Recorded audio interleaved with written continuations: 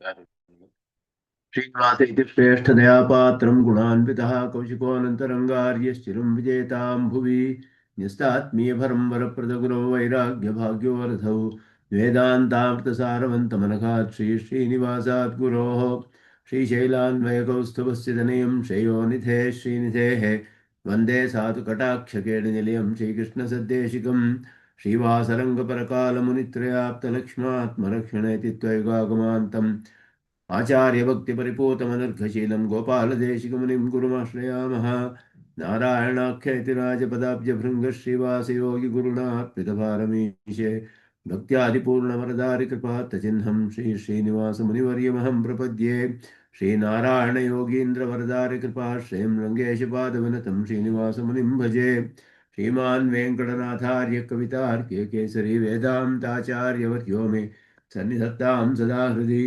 यो नित्यमच्युतपदां जयुग्मरुक्मव्यामोहतः तरितराणि तनाय मेने अस्मद्गुरोर्भगवतोऽस्य दैकसिन्धो रामानुजस्य चरणौ शरणं प्रपद्ये विगाहे यामुनं तीर्थं साधु बृन्दावने स्थितं निरस्तजिह्मगस्पर्शेऽत्र कृष्णकृतादरः नाथेन मुनिनाथेन भवेयं नाथवानहं यस्य नैगमिकं तत्त्वं हस्तामलकतां गतं यस्य सारस्वतस्रोतोऽकुलामोदवासितं श्रुतीनां श्रमायालं शठारिन्दमुपास्महे वन्दे वैकुण्ठसेनान्यं देवं सूत्रवती सखं यद्वेत्र शिखरस्पन्दे विश्वमेतद्व्यवस्थितं सह धर्मचरीं शौरेः सम्मन्त्रितजगद्धितामनुग्रहमयीं वन्दे नित्यमज्ञातनिग्रहां कमप्याद्यं गुरुं वन्दे कमलागृहमेधिनं प्रवक्ता छन्दसां वक्ता पञ्चरात्रस्य स्वयं वसुदेवसुतं देवं कंसचाणूरमर्दनं देवकी परमानन्दं कृष्णं वन्दे जगद्गुरुं पार्थाय प्रतिबोधितां भगवता नारायणेन स्वयं व्यासेन ग्रथितां पुराणमुनिना मध्ये महाभारतम् अद्वैतामृतवर्षिणीं भगवतीमष्टादशाध्यायिनीम् अम्ब त्वामनुसन्दधामि भगवद्गीते भवद्वेषिणीं यत्पदाम्भोरुहद्वा ध्यानविध्वस्ता शेषकल्मषः वस्तुतामुपयातोऽहम् यामुनेयं नमामि तम् यति परिबृढोद्गीतानामदर्शयञ्जसा निगमपरिषन्नेतीयां संनिरामयमाशयम् जननपदवी यातायातश्रमापहरां धियं जनयतु समे देवः श्रीमान् धनञ्जय सारथिः सन्तः सारल्यः चित्ततमः प्रमथिनीमिमां भजन्तु भगवद्गीता भाष्यतात्पर्यचन्द्रिकाम् श्रीमते रामानुज देशिकाय नमः। ಭಗವದ್ಗೀತೆಯ 7ನೇ ಅಧ್ಯಾಯದಲ್ಲಿ 20 ಶ್ಲೋಕಗಳನ್ನು ಅಧ್ಯಯನ ಮಾಡಿದ್ವಿ. 21ನೇ ಶ್ಲೋಕ ಈಗ. ಯಾರು ಪ್ರಪತ್ತಿ ಮಾಡುವುದಿಲ್ಲ, ಯಾಕೆ ಪರಮಾತ್ಮನನ್ನ ಆಶ್ರಯಿಸುವುದಿಲ್ಲ ಅಂತ ಹೇಳುವಾಗ ಬೇರೆ ಬೇರೆ ಪುರುಷಾರ್ಥಗಳಲ್ಲಿ ಅವರು ಇಷ್ಟಪಟ್ಟು ಆಯಾ ದೇವತೆಗಳನ್ನೇ ಆಶ್ರಯಿಸ್ತಾರೆ, ಅವರನ್ನೇ ಆರಾಧಿಸ್ತಾರೆ. ಆದರೆ ಅಲ್ಲಿ ಯಾವ ಒಂದು ನಿಯಮ ಹೇಳಿದೆಯೋ ಆ ನಿಯಮಕ್ಕೆ ಅನುಗುಣವಾಗಿಯೇ ಆಯಾ ದೇವತೆಯನ್ನು ಮಾತ್ರವೇ ಪ್ರೀತಿಸುವ ಮನಸ್ಸಿನಿಂದ ಅವರು ಆ ದೇವತೆಗಳನ್ನೇ ಆಶ್ರಯಿಸಿ ಅವರನ್ನು ಅರ್ಚನೆ ಮಾಡ್ತಾರೆ. ಆದ್ದರಿಂದ ಅವರಿಗೆ ಪರಿಮಿತವಾದ ಫಲ ಬರುತ್ತೆ ಅಂತ ಅರ್ಥ. ಪರಮಾತ್ಮನನ್ನು ಆಶ್ರಯಿಸೋದಿಲ್ಲ, ದೇವತೆಯನ್ನೇ ಆಶ್ರಯಿಸಿ ಅವನನ್ನೇ ಮಾಡ್ತಾರೆ. ಆದ್ದರಿಂದ ಇಲ್ಲಿ ಪ್ರಪದ್ಯಂತೆ ಅಂತ ಹೇಳಿರುವುದು ಅಂಗ ಪ್ರಪತ್ತಿ ಅನ್ನೋದನ್ನು ಸ್ವಾಮಿ ದೇಶಿಕನ್ ಸ್ಪಷ್ಟಪಡಿಸ್ತಾರೆ. ಆಶ್ರಿತ್ಯ ಅರ್ಚಂತೆ ಅಂತ ಅರ್ಚೆಯಂತೆ, ಆಶ್ರಿತ್ಯ ಅರ್ಚೆಯಂತೆ, ಅವರನ್ನು ಆಶ್ರಯಿಸಿ ಅರ್ಚನೆ ಮಾಡ್ತಾರೆ ಅಂತ ಹೇಳಿದ್ರೆ ಅರ್ಚನೆಯೇ ಪ್ರಧಾನ. ಆಶ್ರಯಿಸೋದು ಅಂತ ಹೇಳೋದು, ಪ್ರಪತ್ತಿ ಮಾಡುವುದು ಅದು ಅಂಗವಾಗುತ್ತೆ ಅದಕ್ಕೆ ಅನ್ನೋದನ್ನ ಲಕ್ಷಣದಲ್ಲಿ ಹೇಳ್ತಾರೆ. ತದೇ ಕೋಪಾಯತ ಯಾಜ್ಞಾತ್ ಪ್ರಪತ್ತಿ ಶರಣಾಗತಿ ಅಂತ ಹೇಳಿ, ಅನನ್ಯ ಸಾಧ್ಯ ಸ್ವಾಭೀಷ್ಟೆ ಮಹಾವಿಶ್ವಾಸಪೂರ್ವಕಂ ತದೇಕೋಪಾಯತ ಯಾಜ್ಞಾ ಪ್ರಪತ್ತಿ ಶರಣಾಗತಿ ಅಂತ ವಿಶ್ವಕ್ಸೇನ ಸಂಹಿತೆಯಲ್ಲಿ ಪ್ರಪತ್ತಿಯ ಲಕ್ಷಣ ಹೇಳಲ್ಪಟ್ಟಿದೆ.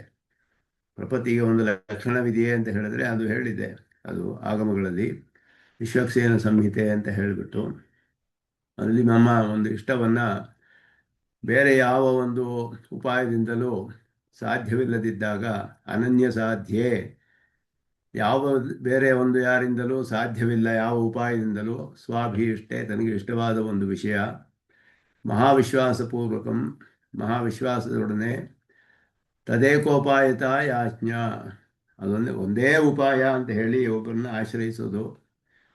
ಇವರಿಗೆ ಇಷ್ಟವಾಗಿದ್ದು ಏನು ಅಂತ ಹೇಳಿದ್ರೆ ಸ್ವರ್ಗಾದಿ ಫಲಗಳು, ಆಯುಸ್ಸು, ಐಶ್ವರ್ಯ ಮೊದಲಾದದ್ದು. ಅದನ್ನು ಮಹಾವಿಶ್ವಾಸದಿಂದ ಈ ದೇವತೆಯನ್ನು ಪೂಜೆ ಮಾಡುವುದೇ ಇದಕ್ಕೆ ಉಪಾಯ ಅನ್ನುವ ಬುದ್ಧಿಯಿಂದ ಆ ದೇವತೆಯನ್ನೇ ಆಶ್ರಯಿಸಿ ಅವರನ್ನೇ ಆರಾಧಿಸಿ ಆ ಫಲವನ್ನು ಪಡೆದುಕೊಳ್ತಾರೆ. ಆದ್ದರಿಂದ ಅಲ್ಲಿ ಮಾಡಿರುವ ಪ್ರಪತ್ತಿ ದೇವತಾರಾಧನೆಗೆ ಅಂಗವಾಗಿ ಮಾಡಿರುವಂತಹದ್ದು ಅನ್ನೋದು ಅಂಗಪ್ರಪತ್ತಿ ಅಂತ ಹೇಳ್ತಾರೆ. ಮುಂದೆ ಅದನ್ನು ಪರಮಾತ್ಮನು ಅಂಥವರಿಗೂ ಕೂಡ ಎಲ್ಲ ವಿಧವಾದ ಒಂದು ಅನುಗ್ರಹವನ್ನು ಮಾಡ್ತಾನೆ ಅನ್ನೋದು ತೋರಿಸ್ತಾರೆ. ಯೋ ಯೋ ಯಾಮ್ಯಾಂ ತನುಂ ಭಕ್ತಃ ಶ್ರದ್ಧೆಯಾರ್ಚಿತುಮಿಚ್ಛತಿ ತಸ್ಯ ತಸ್ಯ ಅಚಲಾಂ ಶ್ರದ್ಧಾಂ ತಾಮೇವ ವಿದಧಾಮ್ಯಹಂ. ಯಾವ ಯಾವ ಒಂದು ದೇವತೆಯನ್ನ ಇವನು ಭಕ್ತಿಯಿಂದ ಶ್ರದ್ಧೆಯಿಂದ ಅರ್ಚನೆ ಮಾಡೋಕ್ಕೆ ಇಚ್ಛೆ ಪಡ್ತಾನೋ ಭಕ್ತನೋ, ಅವನಿಗೆ ಅದರಲ್ಲಿಯೇ ಅಚಲವಾದ ಶ್ರದ್ಧೆಯನ್ನು ನಾನು ಉಂಟು ಮಾಡ್ತೇನೆ ಅಂತ ಹೇಳಿ, ಯಾವ ಒಂದು ವಿಘ್ನವೇ ಇಲ್ಲದ ಹಾಗೆ ಆಯಾ ವೈದಿಕ ಕರ್ಮಗಳನ್ನು ಮಾಡಿ ಆಯಾ ದೇವತೆಗಳನ್ನು ಆರಾಧಿಸುವಂತೆ ಮಾಡ್ತೇನೆ. ದೇವತೆಗಳನ್ನು ಸೃಷ್ಟಿ ಮಾಡಿದವನು ಪರಮಾತ್ಮನೇ. ಅವನು ಹೇಳಿ ಯಜ್ಞೈ ಪ್ರಜಾ ಸೃಷ್ಟ ಪುರೋವಾಚ ಪ್ರಜಾಪತಿ ಅನೇನ ಪ್ರಸವಿಷ್ಯಧ್ವಂ ಯಶವೋಸ್ತು ಇಷ್ಟಕಾಮದುಕು ಅಂತ ಹೇಳಿ ಯಜ್ಞಗಳನ್ನು ದೇವತೆಗಳನ್ನೆಲ್ಲ ಸೃಷ್ಟಿ ಮಾಡಿ ಯಜ್ಞಗಳನ್ನೆಲ್ಲ ಮನುಷ್ಯರು ಮಾಡ್ತಾರೆ. ಅದರಲ್ಲಿ ಹವಿಸ್ಸೆಲ್ಲ ಸಮರ್ಪಣೆ ಮಾಡ್ತಾರೆ. ಅದನ್ನೆಲ್ಲ ನೀವು ಸ್ವೀಕಾರ ಮಾಡಿ, ಅದು ನಿಮಗೆ ಆಹಾರವಾಗುತ್ತೆ. ಅವರು ಕೇಳಿದ ಫಲವನ್ನೆಲ್ಲ ಕೊಡಿ. ಇದೆಲ್ಲ ಹೇಳಿ ದೇವತೆಗಳನ್ನು ಸೃಷ್ಟಿ ಮಾಡಿ ಅವರಿಗೆ ಆ ಫಲ ಕೊಡುವ ಶಕ್ತಿ ಕೊಟ್ಟವನು ಪರಮಾತ್ಮನೇ. ಎಲ್ಲರೂ ಅವನ ವಿಭೂತಿಯೇ. ಕೆಲವರು ಪರಮಾತ್ಮನೇ ಇದು ಮಾಡಿದ್ದಾನೆ ಅಂತ ತಿಳಿದು ಮಾಡ್ತಾರೆ, ಕೆಲವರು ಅದನ್ನು ತಿಳಿಯದೆ ಈ ದೇವತೆಯ ಫಲ ಕೊಡ್ತಾನೆ ಅಂತ ತಿಳಿದು ಮಾಡುವ ಎಲ್ಲ ವಿಧವಾದ ಅಧಿಕಾರಿಗಳು ಇದ್ದಾರೆ ಲೋಕದಲ್ಲಿ. ಅವರು ಕೂಡ ವೈದಿಕವಾದ ಕರ್ಮವನ್ನು ಆ ನಿಯಮಗಳೊಡನೆ ಮಾಡ್ತಾರೆ. ಆದ್ದರಿಂದ ಅವರ ಒಂದು ಶ್ರದ್ಧೆಯನ್ನು ಪರಮಾತ್ಮನು ಅದು ಹೇಗೆ ಮಾಡ್ತಾರೋ ಅದನ್ನು ನಡೆಸಿಕೊಡ್ತಾನೆ. ಯಾಕೆಂದರೆ ಅದು ಅವನ ಇಚ್ಛೆಯಿಂದಲೇ ಎಲ್ಲವೂ ಸೃಷ್ಟಿಯಾಗಿರೋದು. ಆ ದೇವತೆಗಳಿಗೂ ಒಂದು ಜೀವನ ಸಿಕ್ಕಲಿ, ಅವರಿಗೂ ಒಂದು ಆಹಾರ ಸಿಗಬೇಕಲ್ಲ. ಆದ್ದರಿಂದ ಅವರನ್ನು ಆರಾಧಿಸಿ ಅವರಿಗೆ ಅವರ ಮೂಲಕ ಫಲ ಕೊಡುವನು ತಾನೇ ಎನ್ನುವುದು ಇದ್ದರೂ ಕೂಡ ಅವರನ್ನೇ ಅದನ್ನು ತಿಳಿಯದೆ ಮಾಡುವವರಿಗೂ ಕೂಡ, ಯಾಕೆ ಅಂತ ಹೇಳಿದ್ರೆ ಇದಿಲ್ಲದೆ ಹೋದರೆ ಇವರು ಉಭಯ ಭ್ರಷ್ಟರಾಗ್ಬಿಡ್ತಾರೆ.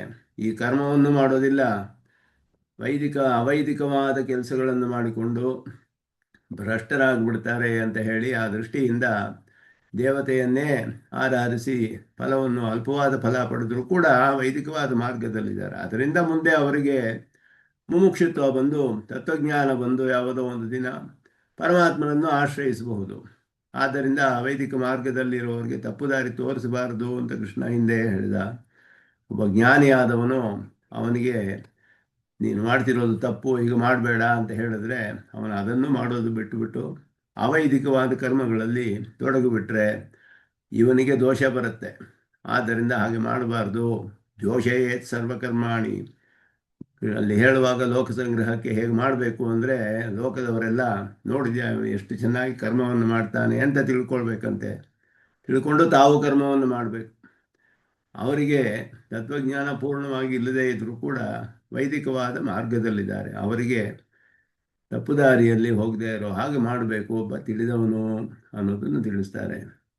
ಅದನ್ನು ಇಲ್ಲಿ ಹೇಳ್ತಾರೆ. ತಾಹ ಅಪಿ ದೇವತಾಹ ಮದೀಯಾಹ ತನವಹ. ಅವರು ನನಗೆ ಶರೀರವೇ ಆಗಿದ್ದಾರೆ, ನನ್ನ ತನುವೇ ಆಗಿದ್ದಾರೆ ಅವರು. ಆ ದೇವತೆಗಳು ಕೂಡ ನನ್ನ ತನು, ನನಗೆ ಶರೀರ. ಅದಕ್ಕೆ ಪ್ರಮಾಣವನ್ನು ತೋರಿಸ್ತಾರೆ. ಯಹ ಆದಿತ್ಯ ದಿಷ್ಟನ್ನು ಮೊದಲಾದದಾಗಿ ಅವನು ಹೇಳಿ ಪರಮಾತ್ಮನು ಬೃಹದಾರಣ್ಯಕ ಉಪನಿಷತ್ತಲ್ಲಿ ಅಂತರ್ಯಾಮಿ ಬ್ರಾಹ್ಮಣದಲ್ಲಿ ಹೇಳಲ್ಪಟ್ಟಿದ್ದು. ಯಮಾದಿತ್ಯ ನ ವೇದ ಯಸ್ಯ ಆದಿತ್ಯ ಶರೀರಂ ಯಹ ಆದಿತ್ಯಂ ಅಂತರೋಯಮಯತಿ ಸತೇ ಆತ್ಮ ಅಂತರ್ಯಾಮಿ ಅಮೃತ ಅಂತ ಹೇಳಿ ಎಲ್ಲವೂ ಕೂಡ ಕಡೆಯಲ್ಲಿ ಹೇಳುವಾಗ ಎಲ್ಲವೂ ಅವನಿಗೆ ಶರೀರವೇ, ಆತ್ಮನು ಅವನಿಗೆ ಶರೀರವೇ ಅಂತ ಹೇಳುವಂತಹ ಬೃಹದಾರಣ್ಯಕದ ಶ್ರುತಿಯನ್ನು ಅದನ್ನು ಇಲ್ಲಿ ಪ್ರಮಾಣವಾಗಿ ತೋರಿಸ್ತಾರೆ. ಅವನು ಕೂಡ ಎಲ್ಲರೂ ಅವನಿಗೆ ಶರೀರವೇ ಪರಮಾತ್ಮನಿಗೆ ಅಂತ ಹೇಳುವ ಪ್ರಮಾಣವನ್ನು ಮದೀಯಾಹ ತನವಃ ಇತಿ ಅಜಾನನ್ನಪಿ, ಆ ಆ ವಿಷಯವನ್ನು ತಿಳಿದೇ ಇದ್ದರೂ ಕೂಡ ಪರಮಾತ್ಮನಿಗೆ ಶರೀರಭೂತರಾದವರೇ ಅಂತ ಹೇಳಿದ್ರೆ ಅವನ ನಿಯಮನದಲ್ಲಿರುವವರೇ, ಅವನ ಆಧಾರದಲ್ಲಿರುವವರೇ, ಅವನಿಗೆ ಶೇಷಭೂತರಾದವರು ಇದನ್ನು ತಿಳಿದೇ ಇದ್ದರೂ ಕೂಡ ಯೋ ಯೋ ಯಾಮ್ ಯಾಮ್ ಮದೀಯಾಂ ಇಂದ್ರಾದಿಕಾಂ ತನುಂ, ತನ್ನದೇ ಆದ ಇಂದ್ರಾದಿ ಶರೀರವಾದ ಇಂದ್ರಾದಿ ದೇವತೆಗಳನ್ನು ಭಕ್ತ ಶ್ರದ್ಧೆಯ ಅರ್ಚಿತುಮಿಚ್ಛತಿ, ಒಬ್ಬ ಭಕ್ತನಾದವನು ಬಹಳ ಶ್ರದ್ಧೆಯಿಂದ ಆಯಾ ದೇವತೆಗಳನ್ನೇ ಪರಮಾತ್ಮನ ಶರೀರವನ್ನೇ ಅರ್ಚನೆ ಮಾಡ್ತಾನೆ. ಮಾಡಿದರೂ ಕೂಡ ತಸ್ಯ ತಸ್ಯ ಅಜಾನತೋಪಿ ಮತ್ತನು ವಿಷಯ ಯಶಾ ಶ್ರದ್ಧಾ ಇತಿ ಅಹಂ ಅನುಸಂಧಾಯ, ಇದು ನನ್ನ ಶರೀರಕ್ಕೆ ಸೇರಿದ ವಿಷಯ. ರಾಜನಿಗೆ ಒಬ್ಬನು ಮಾಲೆಯನ್ನು ಹೋಗಿ ಹಾಕ್ತಾನೆ, ಮಹಾರಾಜನಿಗೆ ಮಾಲೆಯನ್ನು ಹಾಕಿದ್ರೆ ಇವನು ಅವನ ಶರೀರಕ್ಕೆ ಅಲಂಕಾರ ಮಾಡ್ತಿದ್ದೀನಿ ಅಂತ ತಿಳ್ಕೊಳ್ತಾನೆ. ಆದರೆ ಶರೀರಕ್ಕೆ ಸಂತೋಷ ಉಂಟಾಗುತ್ತೆಯೇ? ಶರೀರದಲ್ಲಿ ಒಳಗಡೆ ಇರುವ ಆತ್ಮನಿಗೆ ತಾನೇ ಸಂತೋಷ. ಇವನಿಗೆ ತಿಳಿದೇ ಇರಬಹುದು, ಶರೀರಕ್ಕೆ ಹಾಕ್ತಾ ಇದ್ದೀನಿ ಅಂತ ತಿಳ್ಕೊಂಡು ಹಾಕಿದ್ರೂ ಕೂಡ ಸಂತೋಷ ಆಗೋದು ಒಳಗಡೆ ಇರುವ ಆತ್ಮನಿಗೆ.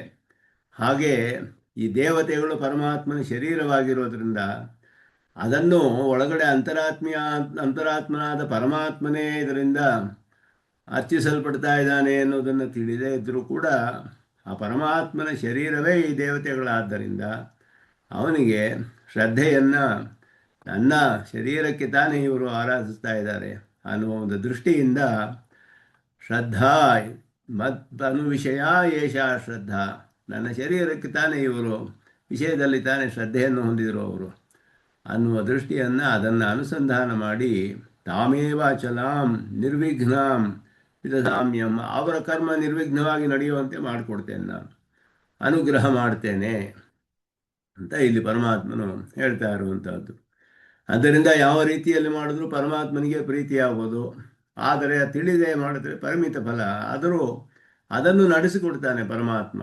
ಯಾಕೆಂದರೆ ಅದು ಪರಮಾತ್ಮನ ಶರೀರಭೂತರಾದ ಇಂದ್ರಾದಿಗಳಿಗೆ ಅವನು ಆರಾಧನೆ ಮಾಡ್ತಿರೋದು. ಆದ್ದರಿಂದ ನನ್ನ ಶರೀರಕ್ಕೆ ತಾನೇ ಇವರು ಮಾಡ್ತಾ ಇದ್ದಾರೆ ಅಂತ ಹೇಳಿ ಅವರ ಶ್ರದ್ಧೆಯನ್ನು ನಿರ್ವಿಘ್ನವಾಗಿ ಅವರ ಕರ್ಮವನ್ನು ನಡೆಸಿಕೊಟ್ಟು ಅವರಿಗೆ ಆ ಫಲ ಸಿಗುವ ಹಾಗೆ ಅನುಗ್ರಹಿಸ್ತಾನೆ ಪರಮಾತ್ಮ ಅನ್ನೋದು ಕೃಷ್ಣನು ಹೇಳ್ತಾ ಇರೋದು. ಏವಂ ದೇವತಾಂತರ ಫಲಾಂತರ ಸಕ್ತಾಹ ಅಪಿ, ದೇವತಾಂತರಗಳಲ್ಲಿಯೂ ಫಲಾಂತರಗಳಲ್ಲಿಯೂ ಆಸಕ್ತಿ ಹೊಂದಿರುವವರು, ಬೇರೆ ಬೇರೆ ದೇವತೆಗಳು ಬೇರೆ ಬೇರೆ ಫಲಗಳಲ್ಲಿ ಆಸಕ್ತಿ ಹೊಂದಿರುವವರು, ತತ್ತದಾರಾಧನ ತತ್ಫಲ ಫಲಯೋ ಶೈಥಿಲ್ಯೇ ಸತಿ, ಆಯಾ ಆರಾಧನಕ್ಕೂ ಫಲಕ್ಕೂ ಅದು ಶಿಥಿಲವಾಗಿಬಿಟ್ರೆ ಏನಾಗುತ್ತೆ? ಆವಾಗ ಅವ್ರು ಮಾಡಿದ ಆರಾಧನೆಯು ಮತ್ತೆ ಅದಕ್ಕೆ ಫಲ ಬರದೆ ಹೋದರೆ, ವ್ಯರ್ಥವಾಗಿಬಿಟ್ರೆ ಏನಾಗುತ್ತೆ ಅಂತ ಹೇಳಿದ್ರೆ ಅವೈದಿಕವಾದ ಮಾರ್ಗಕ್ಕೆ ಹೋಗಿಬಿಡ್ತಾರೆ. ಅದಕ್ಕೆ ಒಂದು ಲೋಕೋಕ್ತಿಯನ್ನು ಹೇಳ್ತಾರೆ ಸ್ವಾಮಿ ದೇಶಿಕನ್, ಅಲಾಭೆ ಮತ್ತಕಾಹಿನ್ಯ ದೃಷ್ಟ ತಿರಿಯಕ್ಷು ಕಾಮಿತ ಇತಿ ನ್ಯಾಯೇನ. ಒಬ್ಬ ಕಾಮಿನಿಯಾದ ಸ್ತ್ರೀ ಸಿಗದೆ ಹೋದರೆ, ಒಬ್ಬನಿಗೆ ಬಹಳ ಕಾಮ ಅಧಿಕವಾಗಿಬಿಟ್ಟಿದೆ, ಕಾಮಿನಿಯಾದ ಸ್ತ್ರೀ ಸಿಗದೆ ಹೋದರೆ ಅವನು ತಿರಿಯ ಪ್ರಾಣಿಗಳಲ್ಲಿ ಆ ಕಾಮ ಏರ್ಪಟ್ಟು ಬಿಡ್ಬೋದು ಅವನಿಗೆ. ಇದು ಅತ್ಯಂತ ವಿರೋಧ ಅಂತ ಹೇಳಿ ಆ ರೀತಿ ಒಂದು ಲೌಕಿಕವಾದ ಒಂದು ನ್ಯಾಯ ಅದನ್ನು ಹೇಳ್ತಾರೆ ಇಲ್ಲಿ. ಅನರ್ಥ ಹೇತುಷು, ಅನರ್ಥಕ್ಕೆ ಕಾರಣವಾಗಿಬಿಡುತ್ತೆ. ನಿಷಿದ್ಧೇಶು ಉಪಾಯೇಶು ನಿಮಜ್ಜೇಯು, ನಿಷಿದ್ಧವಾದ ಮಾರ್ಗಗಳಲ್ಲಿ ಹೋಗಿ ಬಿದ್ದು ಬಿಡ್ತಾರೆ ಅವರು, ನಿಷಿದ್ಧವಾದ ಮಾರ್ಗವನ್ನು ಅನುಸರಿಸಿಬಿಡ್ತಾರೆ ಅನ್ನುವ ಒಂದು ಭಯದಿಂದ ಪರಮಕಾರುಣಿಕ ಅಹಮೇವ, ಪರಮಕಾರುಣಿಕನಾದ ನಾನೇ ತತ್ತದಾರಾಧನ ಹೇತು ಶ್ರದ್ಧಾ ವಿಘ್ನ ಶಾಂತಿಂ, ಆಯಾ ಆರಾಧನಕ್ಕೆ ಕಾರಣವಾದ ಅವರ ಶ್ರದ್ಧೆ, ಅದಕ್ಕೆ ಇರುವಂತಹ ಎಲ್ಲ ವಿಘ್ನಗಳನ್ನು ಕೂಡ ಶಮನಗೊಳಿಸಿ ತತ್ಫಲಂಚ ಪ್ರಯಚ್ಛಾಮಿ, ಆ ಫಲವನ್ನು ಕೂಡ ನಾನು ಕೊಡ್ತೇನೆ. 2 ಶ್ಲೋಕಗಳಲ್ಲಿ ಇದನ್ನು ಹೇಳ್ತಾರೆ ಕೃಷ್ಣನು. ಯಾಕೆ ಅಂದರೆ ಪರಮಕಾರುಣಿಕನಾದವನು ನಾನು, ಆಯಾ ಆರಾಧನೆಯು ಶ್ರದ್ಧೆಯಿಂದ ಮಾಡ್ತಿದ್ದಾರೆ, ಇದೆಲ್ಲವೂ ಕೂಡ ನನ್ನ ಶರೀರವಾದ ದೇವತೆಗಳನ್ನೇ ಆರಾಧಿಸ್ತಾ ಇದ್ದಾರೆ. ಆದ್ದರಿಂದ ಅವರ ಮೂಲಕ ನನ್ನನ್ನೇ ಆಗುತ್ತೆ. ಅವರಿಗೆ ತಿಳಿಯಲಿಲ್ಲ, ಆದರೂ ಕೂಡ ನನ್ನ ಶರೀರಭೂತರಾದವನು ತಾನೇ ಆರಾಧಿಸ್ತಿದ್ದಾರೆ. ಇಲ್ಲದೆ ಹೋದರೆ ಅವರಿಗೆ ನಾನು ಆ ಫಲವನ್ನು ಕೊಡದೆ ಹೋದರೆ ಅವರು ಮಾಡಿದ ಕರ್ಮ ವ್ಯರ್ಥವಾಗಿಬಿಟ್ರೆ ನಿಷಿದ್ಧವಾದ ಕರ್ಮಗಳಲ್ಲಿ ತೊಡಗಿಬಿಡ್ತಾರೆ, ತಪ್ಪಾದ ಮಾರ್ಗದಲ್ಲಿ ಹೋಗಿ ನಷ್ಟವಾಗಿಬಿಡ್ತಾರೆ. ಆದ್ದರಿಂದ ಅವರಿಗೆ ಅದರಲ್ಲಿ ಯಾವ ಒಂದು ವಿಘ್ನವೂ ಉಂಟಾಗದೇ ಇರೋ ಹಾಗೆ ನಡೆಸಿಕೊಡ್ತೇನೆ ಅಂತ ಪರಮಾತ್ಮ ಹೇಳ್ತಿರೋದು. ಏಕಃ ಏವ ಈಶ್ವರ ರಾಮಕೃಷ್ಣಾದಿ ಅವತಾರಾತ್ ಅವತಾರ ಅವತಾರವತ್ ಆದಿತ್ಯ ವಿಗ್ರಹ ವಾಕ್. ಇದೆಲ್ಲ ಕೆಲವು ಬೇರೆ ಮತಗಳು. ನನು ಚೇತನಾಂತರ ಮಿತಿ ಕುದೃಷ್ಟಿಮತ ನಿರಸನಾಯ ತಾಹ ಅಪಿ ಅಂತ ಹೇಳಿದ್ರು. ಒಬ್ಬನೇ ಈಶ್ವರನೇ ಆದಿತ್ಯ ಅನ್ನುವ ಒಂದು ರೂಪದಲ್ಲಿಯೂ ಇದ್ದಾನೆ. ಈಶ್ವರನೇ ಸಾಕ್ಷಾತ್ತಾಗಿ ಆದಿತ್ಯ ಅನ್ನೋದು ಈಶ್ವರನ ಅವತಾರ. ರಾಮಕೃಷ್ಣಾದಿ ಅವತಾರದಂತೆ ಆದಿತ್ಯನು ಅವನ ಅವತಾರವೇ ಅನ್ನುವ ಒಂದು ಚೇತನಾಂತರ ಅಂತ ಹೇಳುವಾಗ ಅದು ಒಂದು ಚೇತನಾಂತರ ತಾನೆ ಅನ್ನುವ ಒಂದು ಕೆಲವು ಮತಗಳಿದೆ. ಅದೆಲ್ಲ ಸರಿ ಇಲ್ಲ. ಯಾಕೆ ಅಂದರೆ ತಾಹ ಅಪಿ ದೇವತಾಹ ಮದೀಯಾಹ ತನವಹ ಅಂತ ಹೇಳಿದ್ರು. ನನ್ನ ತನು, ನನ್ನ ಶರೀರ ಅವರು ಕೂಡ. ನಾನು ನನ್ನ ಅವತಾರವಲ್ಲ ಅವರೆಲ್ಲ, ನನ್ನ ಶರೀರ ಅಂದರೆ ಅಂತರ್ಯಾಮಿಯಾಗಿ ಎಲ್ಲರನ್ನು ನಿಯಮನ ಮಾಡ್ತೇನೆ ಅನ್ನೋದನ್ನು ಅಯಂ ಅಭಿಪ್ರಾಯ ಪೂರ್ವ ಶ್ಲೋಕೆ ಪ್ರಪದ್ಯಂತೆ. ಅನ್ಯದೇವತಾ ನಿರ್ದೇಶೋ ನ ತಾವದೀಶ್ವರ ಅಸಾಧಾರಣ ವಿಗ್ರಹ ವಿಶೇಷ ವಿಷಯ ತದ್ವಿಶಿಷ್ಟ ಈಶ್ವರ ವಿಷಯ ವಾ ಭವಿತುಮರ್ಹತಿ. ಪ್ರಪದ್ಯಂತೆ ಅನ್ಯ ದೇವತಾ ಅಂತ ಹಿಂದೆ ಬಂತು. ಪ್ರಪದ್ಯಂತೆ ಅನ್ಯ ದೇವತಾ ಅಂತ ಹಿಂದಿನ ಶ್ಲೋಕದಲ್ಲಿ ಹೇಳಿದಾಗ ಕಾಮೈಹಿ ತೈಸ್ತೈಹಿ ಹೃತಜ್ಞಾನ ಪ್ರಪದ್ಯಂತೆ ಅನ್ಯ ದೇವತಾ, ಬೇರೆ ದೇವತೆಗಳು ಅನ್ನೋದು ಸ್ಪಷ್ಟವಾಗಿ ಹೇಳಿರೋದ್ರಿಂದ ತತ್ರ ಅಲ್ಲಿ ಏನು ಹೇಳಿದೆ ಇಲ್ಲಿ ಅಂತ ಹೇಳಿದ್ರೆ ನಿರ್ದೇಶವು ಅನ್ಯ ದೇವತಾ ಅಂತ ಹೇಳಿರುವುದು ನತಾವತ್ ಈಶ್ವರ ಅಸಾಧಾರಣ ವಿಗ್ರಹ ವಿಶೇಷ ವಿಷಯ, ಈಶ್ವರನದೇ ಒಂದು ಅಸಾಧಾರಣವಾದ ವಿಗ್ರಹ ಇದು ಕೂಡ ಅನ್ನೋದನ್ನು ಹೇಳ್ತಿಲ್ಲ ಅಲ್ಲಿ. ಆದಿತ್ಯ ಮಂಡಲದಲ್ಲಿ ಈಶ್ವರನನ್ನು ನೋಡಿ ಅವರು ಉಪಾಸನೆ ಮಾಡ್ತಾರೆ ಅಂತ ಹೇಳಿದೆ. ಏಷಃ ಅಂತರಾದಿತ್ಯೇ ಹಿರಣ್ಮಯ ಪುರುಷೋ ಅಧಿಷ್ಯತೆ ಅಂತ ಹೇಳಿದೆ ಹೊರತು ಆದಿತ್ಯನೇ ಈಶ್ವರನ ರೂಪ ಅಂತ, ಆದಿತ್ಯರನೇ ಈಶ್ವರನ ಒಂದು ಅಸಾಧಾರಣವಾದ ವಿಗ್ರಹ ಅವನ ಅವತಾರದಂತೆ ಅಂತ ಎಲ್ಲೂ ಹೇಳಿಲ್ಲ. ಆದಿತ್ಯನು ಈಶ್ವರನ ವಿಭೂತಿ, ಅವನ ಶರೀರ, ಅವನ ಅಧೀನದಲ್ಲಿರುವವನು, ಅವನು ಒಬ್ಬ ಚೇತನ, ಒಬ್ಬ ದೇವತೆ. ಇದೆಲ್ಲ ಶಾಸ್ತ್ರದಲ್ಲಿ ಹೇಳಲ್ಪಟ್ಟಿರುವ ವಿಷಯ. ಆದ್ದರಿಂದ ಪರಮಾತ್ಮನ ಒಂದು ಅಸಾಧಾರಣವಾದ ಸಾಧಾರಣ ವಿಗ್ರಹ ವಿಶೇಷ ಅಂತ ಕೆಲವರು ಹೇಳಿದ್ರೆ ಅದು ಸರಿಯಿಲ್ಲ. ಅಥವಾ ತದ್ವಿಶಿಷ್ಟ ಈಶ್ವರ ವಿಷಯೋವಾ ಭವಿತುಮರ್ಹತಿ. ಆದಿತ್ಯ ಅಂದರೆ ಆದಿತ್ಯ ಶರೀರ ವಿಶಿಷ್ಟನಾದ ಈಶ್ವರ ಅಂತಾನೆ ಅರ್ಥ ಮಾಡಬೇಕು ಅಂತ ಹೇಳಿದ್ರೆ ಅದೂ ಅಲ್ಲ. ಬರೀ ಆದಿತ್ಯ ಒಂದು ಚೇತನ, ಆ ದೇವತೆ ಅನ್ನುವ ದೃಷ್ಟಿಯಿಂದಲೇ ಮಾಡ್ತಾ ಇದ್ದಾರೆ. ಯಾಕೆ ಅಂದರೆ ಅನ್ಯ ದೇವತಾ ಅಂತ ಹೇಳೋಕ್ಕಾಗೋದಿಲ್ಲ ಆವಾಗ. ತತ್ರ ಅನ್ಯ ದೇವತಾತ್ವ ವ್ಯಪದೇಶ ಅಯೋಗಾತ್ ರಾಮಕೃಷ್ಣ ಕೃಷ್ಣಾಧಿಪದೇವ. ಆದ್ದರಿಂದ ಅನ್ಯ ದೇವತಾ ಅಂತ ಹೇಳೋಕ್ಕಾಗೋದಿಲ್ಲ ಅದರಲ್ಲಿ.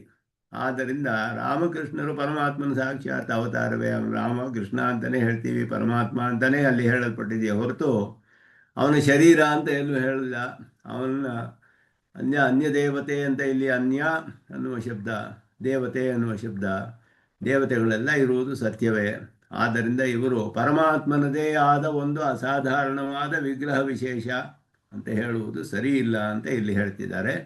ಅವನ ಶರೀರಭೂತರಾದವರು, ಅವನ ಪ್ರಕಾರವೇ ಎಲ್ಲವೂ ಅವನಿಗೆ ವಿಶೇಷಣಭೂತರಾದವರು, ಅವನ ನಿಯಮನದಲ್ಲಿರುವಂತಹ ಚೇತನರು. ಅವರು ಯಾವುದೋ ಒಂದು ಪುಣ್ಯ ವಿಶೇಷದಿಂದ ಕರ್ಮಗಳನ್ನು ಮಾಡಿ ಆ ಸ್ಥಾನವನ್ನು ಪಡೆದುಕೊಂಡಿದ್ದಾರೆ. ಆ ಸ್ಥಾನದಲ್ಲಿದ್ದು ಅವರ ಅಷ್ಟು ಕಾಲ ಅದನ್ನು ಅನುಭವಿಸ್ತಾರೆ. ಅನುಭವಿಸಿ ಈಗ ಇರುವ ಆದಿತ್ಯನನ್ನು ಇನ್ನೂ ಮುಂದೆ ಬರುವ ಆದಿತ್ಯನು ಉಪಾಸನೆ ಮಾಡಿ ಅವಂತ ಆದಿತ್ಯ ಸ್ಥಾನವನ್ನು ಪಡೆದುಕೊಳ್ಬಹುದು. ಇದೆಲ್ಲ ಶ್ರುತಿಯಲ್ಲಿ ಹೇಳಲ್ಪಟ್ಟಿದೆ. ಭಾಷ್ಯದಲ್ಲಿಯೋ ಸಾರಣ ಭಾಷ್ಯರು ಅದಕ್ಕೆಲ್ಲ ವ್ಯಾಖ್ಯಾನ ಮಾಡುವಾಗ ಅರ್ಥ ಮಾಡ್ತಾರೆ. ಹೀಗೆಲ್ಲ ಅಗ್ನಿಯೇ ಪೂರ್ವಡಾಶವನ್ನು ಸಮರ್ಪಣೆ ಮಾಡಿದ ಅಂತ ಮಂತ್ರ ಬರುತ್ತೆ. ಆಗ ಅಗ್ನಿಯೇ ಹೇಗೆ ಮಾಡ್ತಾನೆ ಅಂದರೆ ಮುಂದೆ ಅಗ್ನಿ ಆಗುವವನು ಇವಾಗಿರುವ ಅಗ್ನಿ ದೇವತೆಗೆ ಸಮರ್ಪಣೆ ಮಾಡಿ ಯಾಗ ಮಾಡ್ತಾನೆ. ಅವನು ಮುಂದೆ ಅಗ್ನಿ ಆಗ್ತಾನೆ. ಅಗ್ನಿ ಸ್ಥಾನದಲ್ಲಿ ಅಗ್ನಿ ದೇವತೆಯಾಗಿ ಅವನು ಅದನ್ನು ಪಡೆದುಕೊಂಡು ಅದನ್ನು ಅನುಭವಿಸ್ತಾನೆ. ಅವನಿಗೆ ಆ ಒಂದು ಸ್ಥಾನ ಬರುತ್ತೆ. ಅದರಲ್ಲಿ ಬೇಕಾದಷ್ಟು ಶಕ್ತಿಗಳೇನು ಇದೇನು ಎಲ್ಲ ಇರುತ್ತೆ. ಅವನಿಗೆಲ್ಲ ಆರಾಧನೆ ಮಾಡ್ತಾರೆ. ಹವಿಸ್ಸನ್ನೆಲ್ಲ ತೆಗೆದುಕೊಂಡೋಗಿ ದೇವತೆಗಳಿಗೆಲ್ಲ ಕೊಡ್ತಾನೆ. ಇದೆಲ್ಲ ಬೇಕಾದಷ್ಟು ಶ್ರುತಿಯಲ್ಲಿ ಹೇಳಿರೋ ಹಾಗೆ ದೇವತೆಗಳೆಲ್ಲ ಇರುವುದು ಸತ್ಯ. ಅವರಿಗೆಲ್ಲ ಅವರವರ ಒಂದು ಪುಣ್ಯಕರ್ಮಗಳ ವಿಶೇಷದಿಂದ ಫಲವಾಗಿ ಆಯಾ ಸ್ಥಾನಗಳು ಪ್ರಾಪ್ತವಾಗಿದೆ. ಆಯಾ ಶಕ್ತಿಗಳು ಪರಮಾತ್ಮನಿಂದ ಕೊಡಲ್ಪಟ್ಟಿದೆ. ಇದೆಲ್ಲ ಆದ್ದರಿಂದ ಪರಮಾತ್ಮನದೇ ಆದ ಒಂದು ವಿಗ್ರಹ ವಿಶೇಷವಲ್ಲ, ಪರಮಾತ್ಮನ ಶರೀರಭೂತರಾಗಿರುವವರು ಅನ್ನೋದು ಮುಖ್ಯ. ಅನ್ಯ ದೇವತಾ ಅನ್ನುವ ಶಬ್ದವೇ ಅದನ್ನು ಸ್ಪಷ್ಟವಾಗಿ ತಿಳಿಸುತ್ತೆ ಅಂತ ಹೇಳ್ತಿದ್ದಾರೆ. ತತಶ್ಚ ಚೇತನಾಂತರ ವಿಷಯತ್ವ ಅವಶ್ಯ ಅಭ್ಯುಪಗಮನೀಯಂ. ಆದ್ದರಿಂದ ಅವರೆಲ್ಲ ಬೇರೆ ಚೇತನರು, ಪರಮಾತ್ಮನಿಗಿಂತ ಬೇರೆಯಾದ ಕರ್ಮವಶ್ಯರಾದ ಚೇತನರು ಇವರೆಲ್ಲ. ಪ್ರಕೃತಿ ಮಂಡಲಿರುವ ಎಲ್ಲ ದೇವತೆಗಳು ಕರ್ಮವಶ್ಯರೇ. ಅವರೆಲ್ಲರೂ ಕೂಡ ಅಣುಸ್ವರೂಪರು, ಪರಮಾತ್ಮನಂತೆ ವಿಭು ಸ್ವರೂಪವಲ್ಲ. ಪರಮಾತ್ಮನಿಗೆ ಶೇಷಭೂತರಾದವರು ಅವರೆಲ್ಲ ಚೇತನರೇ, ಚೇತನಾಂತರ, ಒಬ್ಬೊಬ್ಬರು ಒಂದೊಂದು ಚೇತನರು ಅನ್ನೋದನ್ನು ಒಪ್ಪಿಕೊಳ್ಳೇಬೇಕು ಅಂತ ಹೇಳ್ತಿದ್ದಾರೆ. ಹಿಂದೆಯೂ ಮುಂದೆಯೂ ಬರುತ್ತೆ, ಬೇರೆಯಾಗಿ ವಿಶೇಷವಾಗಿ ಹೇಳಲ್ಪಡುತ್ತೆ ಮುಂದೆ. ದೇವಾನ್ ದೇವ ಯೋಜೋ ಯಾಂತಿ ಮದ್ಭಕ್ತ ಯಾಂತಿ ಮಾಮಪಿ ಚ ಪೃಥಕ್ ವಕ್ಷ್ಯತೆ. ದೇವತೆಗಳನ್ನು ಆರಾಧಿಸುವವರು ಆಯಾ ದೇವತೆಗಳನ್ನು ಪಡೆದುಕೊಳ್ತಾರೆ, ನನ್ನ ಭಕ್ತರು ನನ್ನನ್ನೇ ಪಡೆದುಕೊಳ್ತಾರೆ ಅಂತ ಇಲ್ಲಿ ಮುಂದೆ ಶ್ಲೋಕದಲ್ಲಿ ಬರುತ್ತೆ. ಅದರಿಂದಲೂ ದೇವತೆಗಳೆಲ್ಲ ಚೇತನಾಂತರರು ಅನ್ನೋದು ಸ್ಪಷ್ಟವಾಗಿ ತಿಳಿಯುತ್ತೆ. ಅತಃ ಅತ್ರ ತನು ಶಬ್ದ ಪೂರ್ವೋತ್ತರ ಪರಾಮರ್ಶವಶಾತ್ ಚೇತನ ವಿಶೇಷ ವಿಷಯ. ಆದ್ದರಿಂದ ಮದೀಯಾಹ ತನವಃ ಅಂದರೆ ನನ್ನದೇ ಆದ ರೂಪ ಅಂತ ಅರ್ಥವಲ್ಲ, ನನಗೆ ಶರೀರಭೂತರಾಗಿರುವವರು ಅನ್ನೋ ಅರ್ಥ. ಮದೀಯಾಹ ತನವಃ, ನನಗೆ ಶೇಷಭೂತರಾದ ಮದೀಯರು ಅಂದರೆ ನನಗೆ ಶೇಷಭೂತರಾದ, ನನಗೆ ಶರೀರವಾಗಿರುವಂತಹ ದೇವತೆಗಳು. ಆದ್ದರಿಂದ ಚೇತನ ವಿಶೇಷ ವಿಷಯವೇ ತನು ಶಬ್ದವು ತಿಳಿಸುತ್ತೆ. ಸರ್ವಾಸಾಂ ಚೇತನ ವಿಶೇಷ ರೂಪ ದೇವತಾನಾಂ ಈಶ್ವರ ಶರೀರತ್ವ ಪ್ರದರ್ಶನಾರ್ಥಂ ಶ್ರುತಿಂ ಉದಾಹರತಿ. ಶ್ರುತಿಯ ಪ್ರಮಾಣವನ್ನೇ ತೋರಿಸ್ತಾರೆ. ಎಲ್ಲ ಚೇತನ ವಿಶೇಷ ರೂಪಗಳೆಲ್ಲ ದೇವತೆಗಳು, ಚೇತನ ವಿಶೇಷಗಳು, ಅವರೆಲ್ಲ ಚೇತನ ವಿಶೇಷರೇ.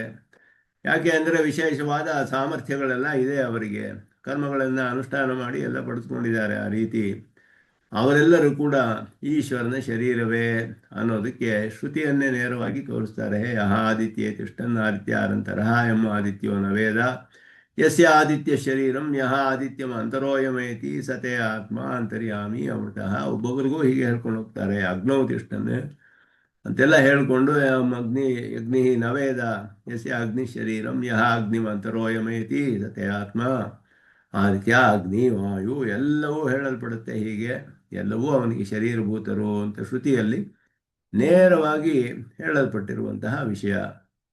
ನಾತ್ರ ತನುತ್ವೇನ ಭಜನಂ ವಿವಕ್ಷಿತಂ ತಥಾ ಸತಿ ಪ್ರತರ್ದನ ವಿದ್ಯಾದಿಷು ಇವ ಪರಮಾತ್ಮೋಪಾಸನತ್ವ ಪ್ರಸಂಗಾತ್. ತನುತ್ವೇನ ಭಜನಂ ಅಂತ ಹೇಳಿದ್ರೆ ತನುತ್ವೇನ ಭಜನಂ ಅನ್ನೋ ಶಬ್ದ ಇಲ್ಲಿ ಮುಖ್ಯ. ತನುತ್ವೇನ ಭಜನಂ ಅಂತ ಹೇಳಿದ್ರೆ ಪರಮಾತ್ಮನ ಶರೀರ ಅಂತ ಇಲ್ಲಿ ಪೂಜೆ ಮಾಡ್ತಿಲ್ಲ ಅವರು. ಪರಮಾತ್ಮನ ಶರೀರ ಅಂತ ಪೂಜೆ ಮಾಡ್ತಿಲ್ಲ, ಶರೀರ ದೇವತೆ ಅಂತಾನೆ ಪೂಜೆ ಮಾಡ್ತಿದ್ದಾರೆ. ಪರಮಾತ್ಮನನ್ನು ತಿಳಿದಿಲ್ಲ, ಅಂತರ್ಯಾಮಿಯಾದ ಪರಮಾತ್ಮ ಇದ್ದಾನೆ, ಅವನ ಶರೀರ ಅಂತ ತಿಳಿದು ಮಾಡ್ತಾ ಇಲ್ಲ. ಹಾಗೆ ಮಾಡಿದ್ರೆ ಪರಮಾತ್ಮ ಉಪಾಸನೆ ಆಗ್ಬಿಡುತ್ತೆ. ಪ್ರತರ್ಧನ ವಿದ್ಯೆ ಅದು ಇಂದ್ರಪ್ರಾಣಾಧಿಕರಣದ ವಿಷಯ. 1ನೇ ಅಧ್ಯಾಯದ 1ನೇ ಪಾದದ ಕಡೆ ಅಧಿಕರಣ ಬ್ರಹ್ಮಸೂತ್ರಗಳಲ್ಲಿ. ಇಂದ್ರನನ್ನು ಹೋಗಿ ಪ್ರತರ್ಧನೋ ಹವೈ ದೈವೋ ದಾಸೀಹಿ ಇಂದ್ರಸ್ಯ ಸ್ಥಾನ ಉಪಜಗಾಮ ಪೌರುಷೇಣ ಧೈರ್ಯೇಣ ಚ ಕೌಶಿತಕಿ ಉಪನಿಷತ್ತಿನಲ್ಲಿ ಬರುವ ವಿಷಯ. ಅದನ್ನು ಪ್ರತರ್ಧನನ್ನು ಹೋಗ್ತಾನೆ ಬಹಳ ಪೌರುಷದಿಂದ. ಇಂದ್ರನಿಗೆ ಬಹಳ ಸಂತೋಷವಾಗ್ಬಿಟ್ಟು ವರ ಕೇಳು ಅಂದಾಗ, ನೀನೇ ಮನುಷ್ಯರಿಗೆಲ್ಲ ಯಾವುದು ಹಿತತಮವೋ ಅದನ್ನು ನೀನೇ ವರವನ್ನು ಕೊಡು ಅಂತ ಕೇಳಿದ. ಮನುಷ್ಯಾಣಾಮ್ಯಂ ಹಿತತಮಂ ಮನ್ಯಸೆ ತ್ವಮೇವ ವೃಣೀಶ್ವ ಅಂತ ಹೇಳ್ದ. ಸ್ವಾರ್ಥವನ್ನು ಬಿಟ್ಟು ಸಕಲ ಮನುಷ್ಯರಿಗೂ ಹಿತತಮವಾದದ್ದು ಅದನ್ನು ನೀನೇ ಕೊಡು ಅಂತ ಕೇಳ್ದ. ಅವನು ಹೇಳ್ದ, ಮಾಮುಪಾಸ್ವ ಪ್ರಾಣೋಸ್ಮಿ ಪ್ರಜ್ಞಾತ್ಮ ಮಾಂ ಆಯುರಮೃತಮಿತ್ಯುಪಾಸ್ವ ಅಂದ. ಪ್ರಾಣ ಪ್ರಜ್ಞಾತ್ಮ ಆಯು ಅಮೃತಂ ಇದೆಲ್ಲ ಹೇಳಿಬಿಟ್ಟು ನನ್ನನ್ನು ಉಪಾಸನೆ ಮಾಡು, ಅಂತಹ ನನ್ನನ್ನು ಉಪಾಸನೆ ಮಾಡು ಅಂದ. ಇದು ಜೀವಾತ್ಮನಿಗೆ ಹೇಳುವ ವಿಶೇಷಣಗಳಲ್ಲ, ಇದೆಲ್ಲ ಪರಮಾತ್ಮನ ವಿಶೇಷಣಗಳು. ಆದ್ದರಿಂದ ಅಲ್ಲಿ ಮಾಂ ಅಂತಿರೋದು ಮದಂತರ್ಯಾಮಿಣಂ, ಪರಮಾತ್ಮಾನಂ ಉಪಾಸ್ವ ಅಂತ ಅಲ್ಲಿ ಅರ್ಥ ಮಾಡಿದ್ರು. ಅಲ್ಲಿ ಅದನ್ನು ಅಲ್ಲಿ ಪ್ರತರ್ಧನ ವಿದ್ಯೆ ಅಂತ ಹೇಳಿ, ಇಂದ್ರಪ್ರಾಣಾಧಿಕರಣ ಅಂತ ಹೇಳಿ, ಜೀವ ಶರೀರಕನಾದ ಚೇತನ ಶರೀರಕನಾದ ಪರಮಾತ್ಮನ ಉಪಾಸನೆಯೂ ಪರಮಾತ್ಮೋಪಾಸನೆಯೇ ಅಲ್ಲಿ. ಯಾಕೆಂದರೆ ಪರಮಾತ್ಮನೇ ಉಪಾಸನೆ ಮಾಡೋದು. ಆ ಒಂದು ದೃಷ್ಟಿಯಿಂದ ಇಲ್ಲಿ ಮಾಡ್ತಿಲ್ಲ. ತನುತ್ವೇನ ಭಜನಂ ಅಂದರೆ ಪರಮಾತ್ಮನ ಶರೀರ ಆಗಿದ್ದಾರೆ ಇವರು ಅಂತ ಹೇಳಿ ಆ ರೀತಿಯಾಗಿ ಉಪಾಸನೆ ಮಾಡ್ತಿಲ್ಲ. ಇವರು ಬರೀ ಶರೀರವನ್ನೇ ದೃಷ್ಟಿಯಲ್ಲಿ ಇಟ್ಕೊಂಡು ಉಪಾಸನೆ ಮಾಡ್ತಾ ಇದ್ದಾರೆ. ಆದ್ದರಿಂದ ಅವರಿಗೆ ಪರಿಮಿತವಾದ ಫಲ. ನತು ಮಾಮಭಿಜಾನಂತಿ ತತ್ವೇನ ಇತಿ ವಕ್ಷ್ಯಮಾಣತ್ವಾತ್ ಚ ಇತಿ ಅಭಿಪ್ರಾಯಣ. ಅದು ಮುಂದೆಯೂ ಬರುತ್ತೆ, ನತು ಮಾಮಭಿಜಾನಂತಿ ತತ್ವೇನಾತಶ್ಚ್ಯವಂತಿತೆ ಅಂತ ಬರುತ್ತೆ. ನನ್ನನ್ನು ತಿಳಿದಿಲ್ಲ ಅವರು, 9ನೇ ಅಧ್ಯಾಯದಲ್ಲಿ ಬರೋದು. ನನ್ನ ಒಂದು ವಿಷಯವನ್ನು ತಿಳಿದಿಲ್ಲ, ಕೇವಲ ಕರ್ಮಗಳನ್ನು ಮಾಡುವರು. ಭಾಷಿಕಾರರು ಇದನ್ನೇ ಹೇಳೋದು. ಅಥಾತೋ ಬ್ರಹ್ಮ ಜಿಜ್ಞಾಸ ಅಂತ ಮೊದಲ ಸೂತ್ರದಲ್ಲಿ ಅತಃ ಬ್ರಹ್ಮ ಜಿಜ್ಞಾಸ, ಅಥ ಅಂತ ಹೇಳೋದು ಅದು ಆನಂತರಿಯೇ ಅಂತ ಹೇಳಿದ್ರು. ಕರ್ಮ ವಿಚಾರವನ್ನೆಲ್ಲ ಮಾಡಿದ ಮೇಲೆ ಅತಃ ಅದೇ ಅಲ್ಪವಾದ ಪರಿಮಿತವಾದ ಫಲ ಕೊಡುತ್ತೆ ಅನ್ನುವ ಕಾರಣದಿಂದ ಅದು ಅಪರಿಮಿತವಾದ ಫಲವು ಬೇಕು ಅನ್ನುವ ದೃಷ್ಟಿಯಿಂದ ಬ್ರಹ್ಮ ಜಿಜ್ಞಾಸೆ ಮಾಡಬೇಕು, ಬ್ರಹ್ಮ ಜಿಜ್ಞಾಸ ಕರ್ತವ್ಯ. ಅಲ್ಲಿ ಅಥ ಅಂತ ಹೇಳಿದಾಗ ಕರ್ಮ ವಿಚಾರ ಮಾಡಿ ಅಂತ ಹೇಳಿದ್ರೆ ಕೇವಲ ಕರ್ಮಣಾಂ ಅಲ್ಪ ಫಲತ್ವೇನ ಅಸ್ಥಿರ ಫಲತ್ವೇನ ಅನ್ನೋದು ಅರ್ಥ. ಕೇವಲ ಕರ್ಮಗಳಿಗೆ ಅಲ್ಪವಾದ ಅಸ್ಥಿರವಾದ ಫಲವಿದೆ ಅಂತ ತಿಳಿದು ಬ್ರಹ್ಮನನ್ನು ತಿಳಿದು ಮಾಡಿದರೆ ಅಪರಿಮಿತವಾದ ಅನಂತವಾದ ಫಲ ಸಿಗುತ್ತೆ ಅನ್ನುವ ಕಾರಣದಿಂದ ಬ್ರಹ್ಮ ಜಿಜ್ಞಾಸೆಯನ್ನು ಮಾಡಬೇಕು, ಬ್ರಹ್ಮನನ್ನು ಪಡೆದುಕೊಳ್ಬೇಕು ಅನ್ನೋದು ಅಥಾತೋ ಬ್ರಹ್ಮ ಜಿಜ್ಞಾಸಾಗಿ ಅರ್ಥವನ್ನು ಹೇಳಿದ್ರು. ಹೇಳುವಾಗ ಯಾವ ಕಾರಣದಿಂದ ಅವನು ಕರ್ಮ ವಿಚಾರ ಮಾಡಿ ಬ್ರಹ್ಮ ವಿಚಾರಕ್ಕೆ ಯಾಕೆ ಬರ್ತಾನೆ? ಕೇವಲ ಕರ್ಮಗಳಿಂದ ಅನಂತವಾದ ಸ್ಥಿರವಾದ ಫಲವಿಲ್ಲ. ಕೇವಲ ಕರ್ಮಗಳಿಗೆ ಅಸ್ಥಿರವಾದ ಅಲ್ಪವಾದ ಫಲ. ಯಾವುದೇ ಕರ್ಮವಾದರೂ ಕೇವಲ ಕರ್ಮ ಅಂದರೆ ಏನು? ಬ್ರಹ್ಮಜ್ಞಾನವಿಲ್ಲದೆ ಮಾಡುವಂತಹ ಕರ್ಮ. ಆ ದೇವತೆಗಳೇ ಫಲ ಕೊಡ್ತಾರೆ ಎನ್ನುವ ದೃಷ್ಟಿಯಿಂದ ಮಾಡುವ ಕರ್ಮಕ್ಕೆ ಕೇವಲ ಕರ್ಮ ಅಂತ ಭಾಷಿಕಾರರು ಹೇಳ್ತಾರೆ. ಬ್ರಹ್ಮಜ್ಞಾನದೊಡನೆ ಮಾಡಿಬಿಟ್ರೆ ಬ್ರಹ್ಮನ ಆರಾಧನೆ ಆಗಿಬಿಡುತ್ತೆ. ಪರಮಪುರುಷ ಆರಾಧನಾ ರೂಪವಾಗಿ ಅದು ಅವನನ್ನು ಮುಂದೆ ಮೋಕ್ಷಕ್ಕೆ ಕರೆದುಕೊಂಡು ಹೋಗುತ್ತೆ. ಆದ್ದರಿಂದ ಅದನ್ನೇ ಇಲ್ಲಿ ನತುಮಾಂ ಅಭಿಜಾನಂತಿ, ನನ್ನನ್ನು ತಿಳಿಲಿಲ್ಲ ಅವರು, ಆದ್ದರಿಂದ ತತ್ವೇನ ಅತಃ ಚ್ಯವಂತಿತೆ, ಅದರಿಂದ ಅವರು ಸರ್ವೇ ಚ್ಯವನ ಧರ್ಮಾಣ ಅಂತ ಹೇಳಿದ್ರು. ಒಂದು ದಿನ ಎಲ್ಲ ಮುಗಿದು ಹೋಗುತ್ತೆ, ಚ್ಯುತಿ ಆಗಿಬಿಡುತ್ತೆ. ಅದರಿಂದಲೂ ಕೂಡ ಇಲ್ಲಿ ಮದೀಯಾಹ ತನಹ ಇತಿ ಅಜಾನನ್ನಪಿ ಮಾಂ ನತು ಮಾಂ ಅಭಿಜಾನಂತಿ ಸ್ಪಷ್ಟವಾಗಿ ಮುಂದೆನೇ ಕೃಷ್ಣನೇ ಹೇಳ್ತಾನೆ. ಅದನ್ನೇ ಭಾಷಿಕಾರರು ಇಲ್ಲಿ ಮದೀಯಾಹ ತನವಹ ಇತಿ ಅಜಾನನ್ನಪಿ, ನನ್ನ ಶರೀರಭೂತರಾದವರು ಅಂತ ತಿಳಿದೇ ಇದ್ರೂ ಕೂಡ ಅವರು ಆರಾಧಿಸಿರೋದು ನನ್ನ ಶರೀರ ತಾನೇ. ಆ ಜ್ಞಾನವಿಲ್ಲದೆ ಮಾಡಿದ್ರೆ ಅವರಿಗೆ ಇದು ಪರಿಮಿತವಾದ ಫಲವೇ, ಆ ಜ್ಞಾನದೊಡನೆ ಮಾಡಿದ್ರೆ ಅಪರಿಮಿತವಾದ ಫಲ. ಜ್ಞಾನಕ್ಕೆ ಅಂತಹ ಒಂದು ಸ್ಥಾನವಿದೆ. ಇಲ್ಲಿ ಮಾಡ್ತಾ ಇರೋರು ಆ ಬ್ರಹ್ಮಜ್ಞಾನವಿಲ್ಲದೆ ಮಾಡ್ತಾ ಇರುವಂಥವ್ರು. ತರ್ಹಿ ತನುತ್ವೇನ ಅತ್ರ ನಿರ್ದೇಶ ಅನುಪಪನ್ನ ನಿರರ್ಥಕಶ್ಚ ಯಾಮ್ಯಾಂ ದೇವತಾಮಿತ್ಯವ ಹಿ ವಕ್ತವ್ಯಂ. ಹಾಗಾದರೆ ಇಲ್ಲಿ ಯಾಮ್ಯಾಂ ತನುಂ ಅಂತ ಯಾಕೆ ಶಬ್ದ ಬರಬೇಕು? ಯಾಮ್ಯಾಂ ದೇವತಾಂ ಅಂತ ಹೇಳಿದರೆ ಸಾಕಾಗಿತ್ತಲ್ಲ.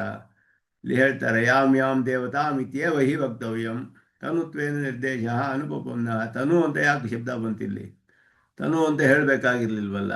ತನು ಅನ್ನುವ ಜ್ಞಾನವಿಲ್ಲದೆ ಅವನು ಮಾಡಿದರೆ ತನು ಅನ್ನುವ ಶಬ್ದವನ್ನು ಯಾಕೆ ಹೇಳಬೇಕು? ಯೋ ಯೋ ಯಾಮ್ ಯಾಮ್ ತನುಂ ಭಕ್ತ ಶ್ರದ್ಧೆಯಾರ್ಚಿತುಮಿಚ್ಛತಿ ಯಾಕೆ ಹೇಳಬೇಕು? ಇದು ಸ್ವಾಮಿ ದೇಶಿಕನೇ ಹಾಕೊಳ್ಳುವ ಆಕ್ಷೇಪ ಇಲ್ಲಿ. ಅದಕ್ಕೆ ಇಲ್ಲಿ ಹೇಳ್ತಾರೆ ತಸ್ಯ ಅಜಾನತೋಪಿ ಮತ್ತನು ವಿಷಯ ಏಷ ಶ್ರದ್ಧಾ ಇತಿ ಅಹಂ ಅನುಸಂಧಾಯ.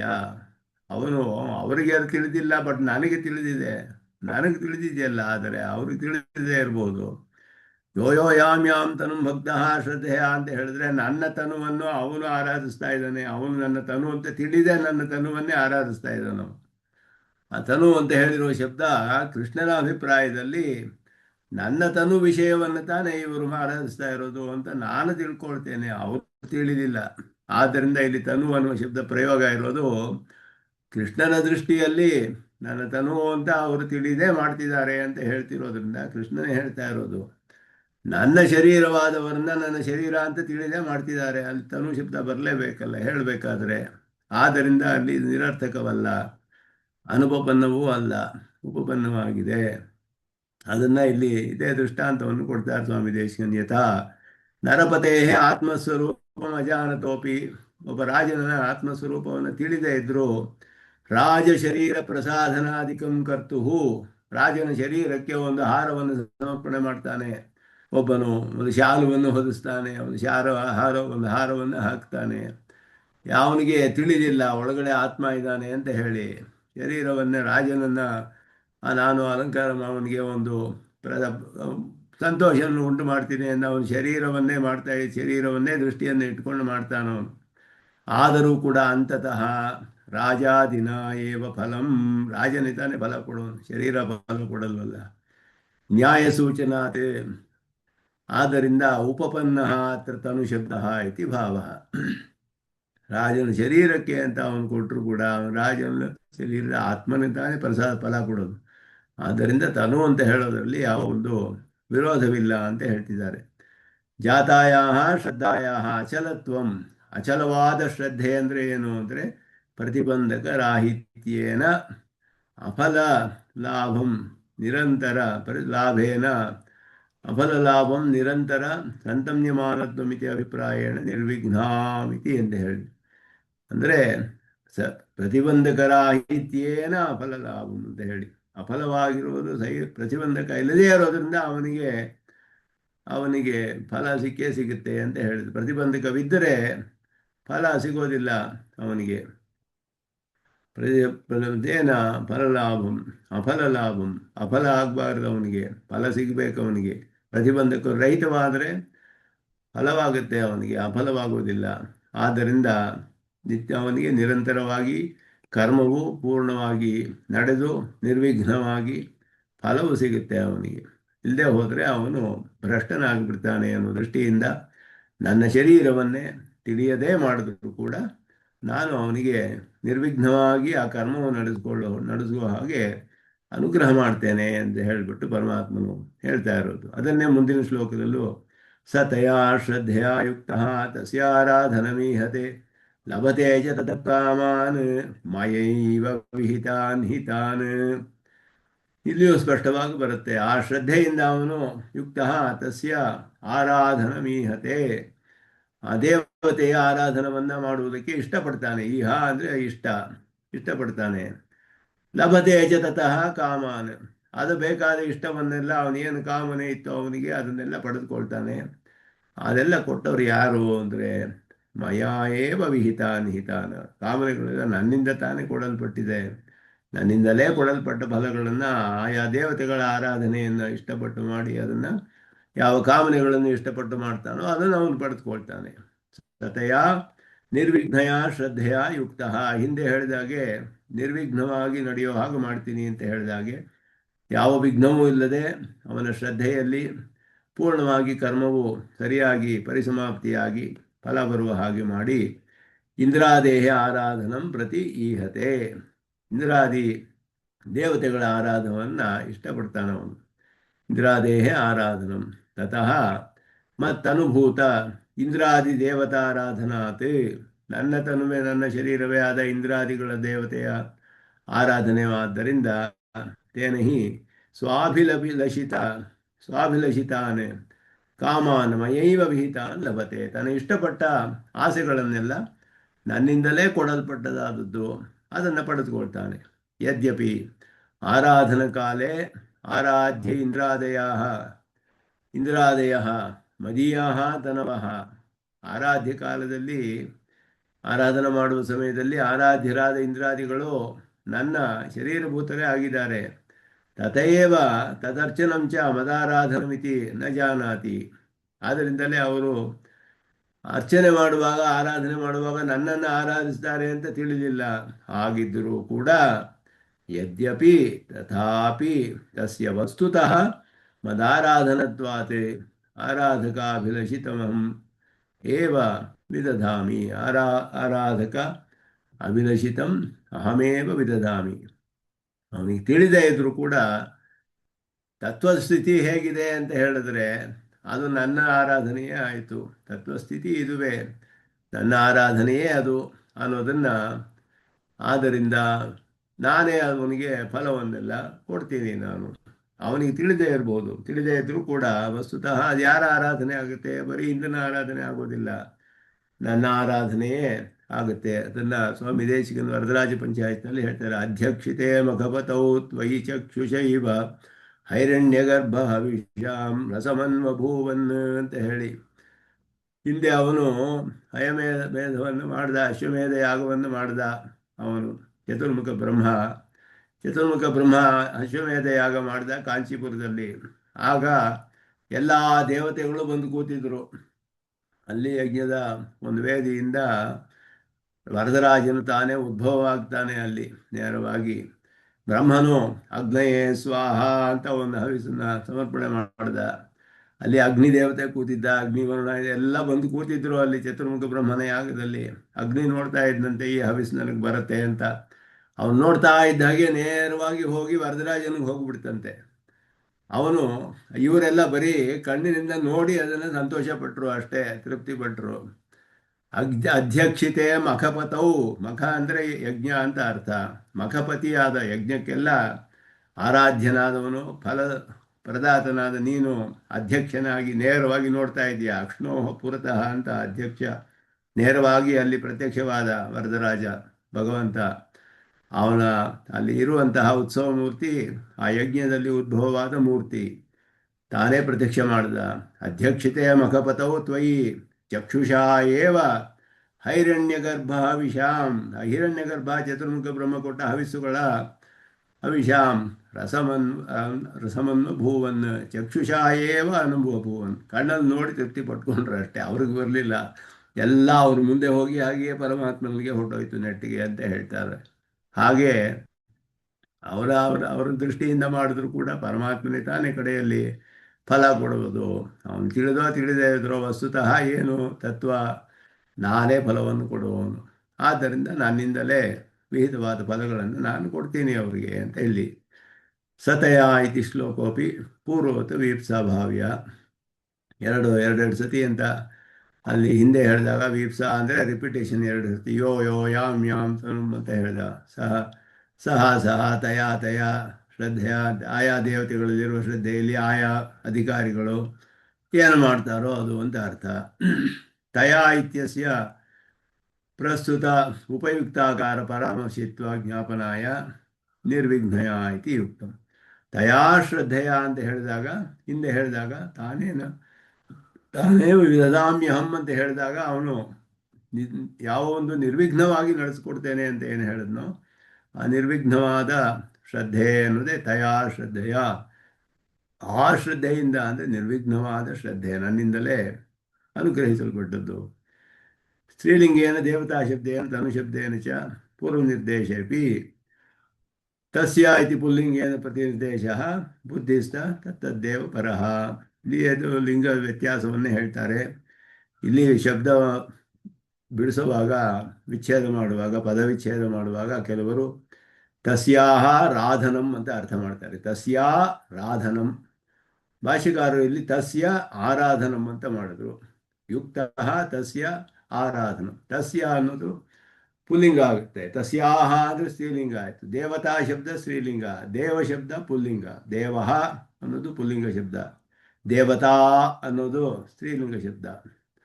ಆದ್ದರಿಂದ ಇಲ್ಲಿ ತಸ್ಯ ಆರಾಧನಂ ಅಂತ ಹೇಳೋದು ದೇವ ಅನ್ನುವ ಶಬ್ದದ ದೃಷ್ಟಿಯಿಂದ ಮಾಡಿದ್ದಾರೆ ಅನ್ನೋದು ಇಲ್ಲಿ ವ್ಯಾಕರಣದ ವಿಷಯ. ಕೆಲವು ಹೇಳ್ತಾರೆ ತತ್ತದ್ದೇವ ಪರಹ ಅಂತ ಹೇಳಿದ್ರು, ಪುಲ್ಲಿಂಗದಿಂದ ತಸ್ಯ ಅಂತ ಹೇಳಿರೋದ್ರಿಂದ.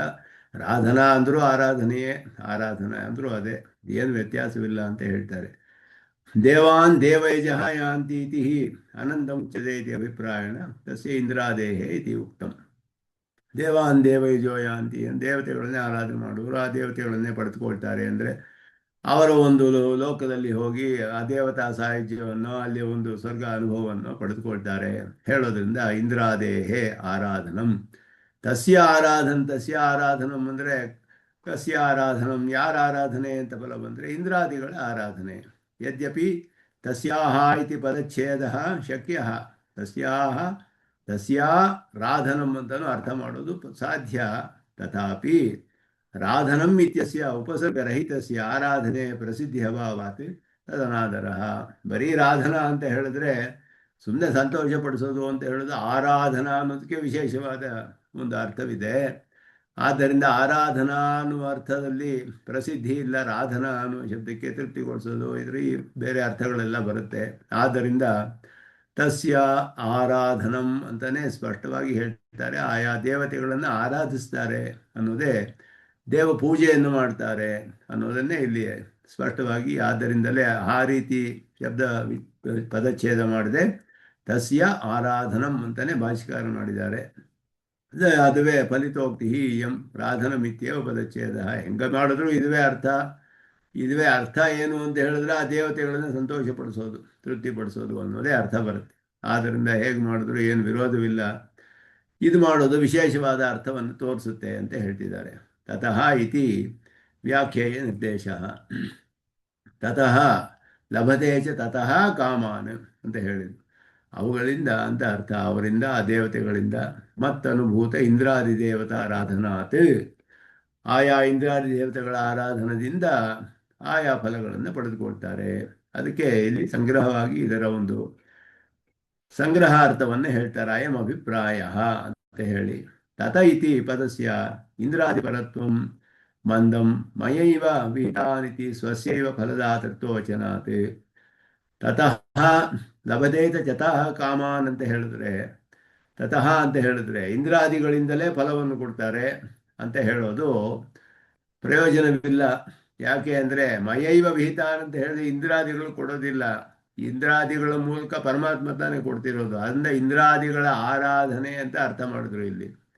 ಇಂದ್ರಾದಿಗಳ ಆರಾಧನೆಯಿಂದ ಅಂತ ಹೇಳಿದ್ರು. ತತಃ ಅನ್ನೋದಕ್ಕೆ ಆ ರೀತಿ ಅರ್ಥವನ್ನು ಮಾಡ್ತಾರೆ. ಮತ್ತನುಭೂತ ಇಂದ್ರಾದಿ ದೇವತಾರಾಧನಾತ್ ಅಂತ ಹೇಳಿ, ನನ್ನ ಶರೀರವಾದ ಇಂದ್ರಾದಿಗಳ ದೇವತೆ ಆರಾಧನದಿಂದ ನನ್ನಿಂದ ಕೊಡಲ್ಪಟ್ಟ ಫಲ ಪಡೆದುಕೊಳ್ತಾರೆ. ಆದ ರೀತಿ ಅರ್ಥ ಮಾಡೋದು. ತತಃ ತಸ್ಮಿನ್ ನಿಮಿತ್ತಮೇವ ಅತ್ರ ಅಪೇಕ್ಷಿತಂ. ಅವರೆಲ್ಲ ನಿಮಿತ್ತಭೂತರು ಅಷ್ಟೇ. ಆದ್ದರಿಂದ ಅವರ ಮೂಲಕ ಇವನೇ ತಾನೇ ಫಲ ಕೊಡೋದು. ಅತಃ ಯಸ್ಯಾರಾಧನೀಯತೆ ಇದು ಪ್ರಧಾನತೆಯ ಪ್ರಸ್ತುತ ಪರಾಮರ್ಶೆ ಏವಾಯಂ. ಹಿತಾನಿತ್ಯತ್ರ ಈ ಇತಿ ಅವ್ಯಯಂ. ಇಲ್ಲಿ ಕೂಡ ಹಾಗೆಯೇ, ಇಲ್ಲಿ ಕೂಡ ವಿಹಿತಾನ್ ಹಿತಾನ್ ಅಂತ ಇದೆ. ಕೆಲವರು ಈ ಮತ್ತೆ ತಾನ್ ಎರಡು ಸೇರಿಸ್ಬಿಟ್ಟು ಹಿತಾನ್ ಅಂತ ಅರ್ಥ ಮಾಡ್ತಾರೆ. ಹಿತಗಳನ್ನು ವಿಹಿತಾನ್ ಹಿತಾನ್ ಅಂತ ಮಾಡ್ತಾರೆ. ಹಂಗಲ್ಲ, ವಿಹಿತಾನ್ ಹಿ ತಾನ್ ಹೀಗೆ ಪದಚ್ಛೇದ ಮಾಡಬೇಕು ಅಂತ ಹೇಳಿದ್ರು. ಇದು ಹಿತಾನಿತ್ಯತ್ರ ಹಿ ಇತಿ ಅವ್ಯಯಂ.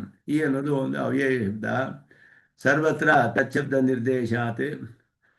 ನಿರ್ದೇಶಾತ್ ಕಾಮಾನಿತ್ಯತ್ರಾಪಿ ತಾನ್ ಇತಿ ವಿಶೇಷಣಂ ಉಚಿತಂ.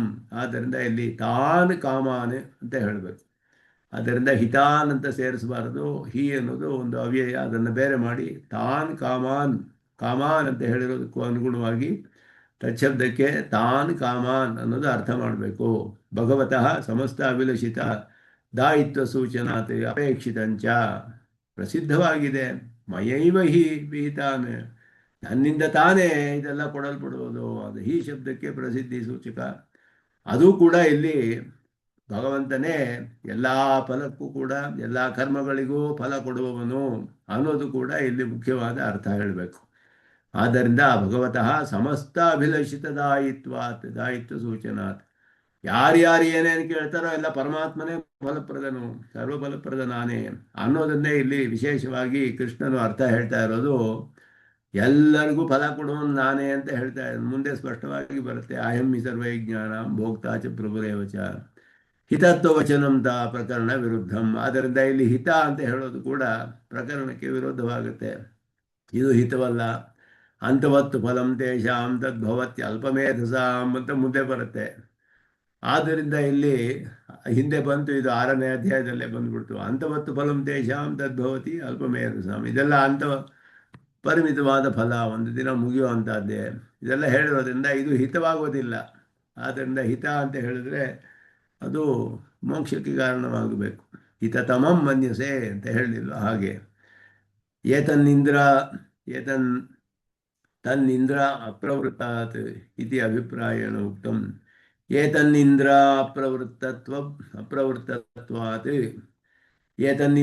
ಅಪ್ರವೃತ್ತತ್ವಾತ್ ಇತಿ ಅಭಿಪ್ರಾಯೇಣ ತಾನೇವ ಹಿ ಸ್ವಾಭಿಲಷಿತಾನ್ ಇತಿ ಅರ್ಥ. ಆದ್ದರಿಂದ ಇಲ್ಲಿ ತಾನೇವ ಈ ಸ್ವಾಭಿಲಷಿತಾನ್ ತಾಪಿ ಅದನ್ನು ಇಲ್ಲಿ ಹೇಳ್ತಾ ಇದ್ದಾರೆ. ತಾನೇವ ಸ್ವಾಭಿಲಷಿತಾನ್, ಆಯಾ ಅವರು ಯಾವ್ಯಾವ ಆಸೆ ಪಟ್ಟರೋ ಆ ಫಲಗಳನ್ನೇ ನಾನು ಕೊಡ್ತೇನೆ ಅಂತ ಹೇಳೋದು ಇದು ಸ್ಪಷ್ಟವಾಗಿ ತಿಳಿಯುತ್ತೆ ಇಲ್ಲಿ ಅನ್ನೋದು ತಿಳಿದು.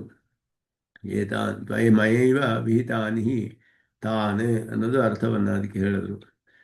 ತದ್ವಿಷಯ ಜ್ಞಾನಹೀನಸ್ಯ ತ್ವಯಾ ಫಲದಾನಂ ಕಥಂ ಇತ್ಯತ್ರ ಮಯೈವ ಇತಿ ಅವಧಾರಣ ವಿಪ್ರೇ ಯದ್ಯಪಿ. ನಿನ್ನ ವಿಷಯದ ಜ್ಞಾನವಿಲ್ಲದೆ ಇರುವವರು, ಬ್ರಹ್ಮಜ್ಞಾನವಿಲ್ಲದೆ ಮಾಡುವವರಿಗೆ ನೀನು ಹೇಗೆ ಫಲ ಕೊಡ್ತೀಯಾ?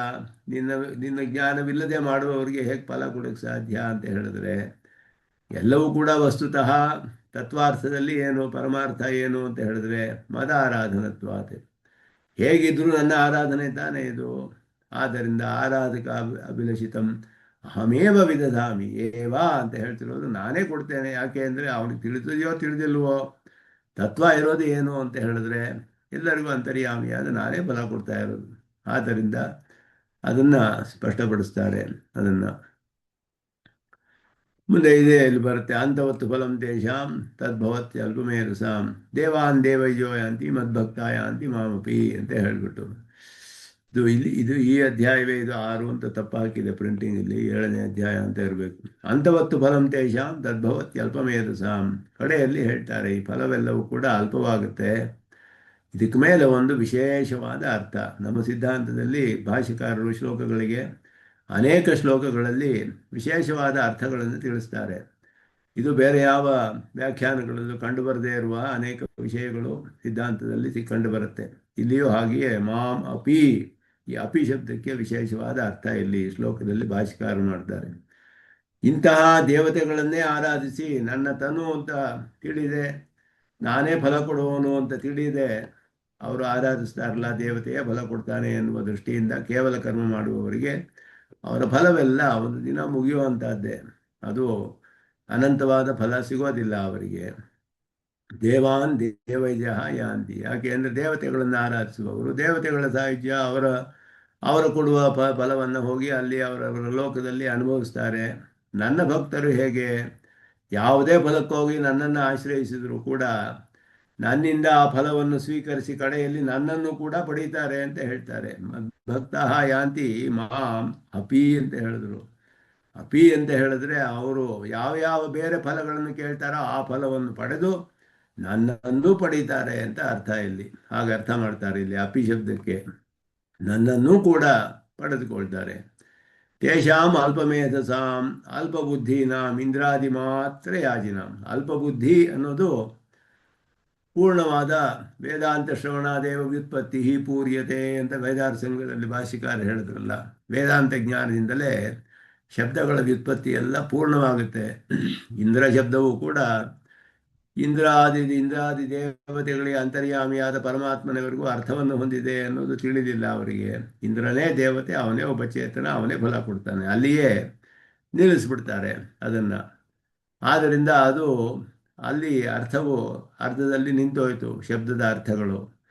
ಆದ್ದರಿಂದ ಅವರು ಅಲ್ಪಮೇಧಸಾಂ ಅಲ್ಪಬುದ್ಧೀನಾಂ ಇಂದ್ರಾದಿ ಮಾತ್ರ ಯಾಚಿನಾಂ, ಆ ದೃಷ್ಟಿಯಿಂದನೇ ಮಾಡ್ತಾರೆ ಅವರು. ತದಾರಾಧನ ಫಲಂ ಅಲ್ಪಂ, ಆದ್ದರಿಂದ ಅವರ ಆರಾಧನೆ ಫಲವು ಅಲ್ಲಿಗೆ ನಿಲ್ಲುತ್ತೆ. ಅಂತವಚ್ಚ ಭವತಿ, ಅದು ಒಂದು ದಿನ ಮುಗಿಯುವಂಥದ್ದು ಆಗುತ್ತೆ. ಕುತಃ ದೇವಾನ್ ದೇವಯಜೋ ಯಾತಿ ಇಂದ್ರಾದೀನ್ ದೇವಾನ್ ತದ್ಯಾಜಿನಃ ಯಾಂತಿ. ಅವರವರನ್ನು ಆರಾಧಿಸುವವರು ಆಯಾ ದೇವತೆಗಳನ್ನು ಪಡೆದುಕೊಳ್ತಾರೆ. ಇಂದ್ರನ್ನೇ ಆರಾಧಿಸುವವರು ಇಂದ್ರನ್ನು ಪಡೆದುಕೊಳ್ತಾರೆ. ಇಂದ್ರಾದಯೋಪಿ ಪರಿಚ್ಛಿನ್ನ ಭೋಗ.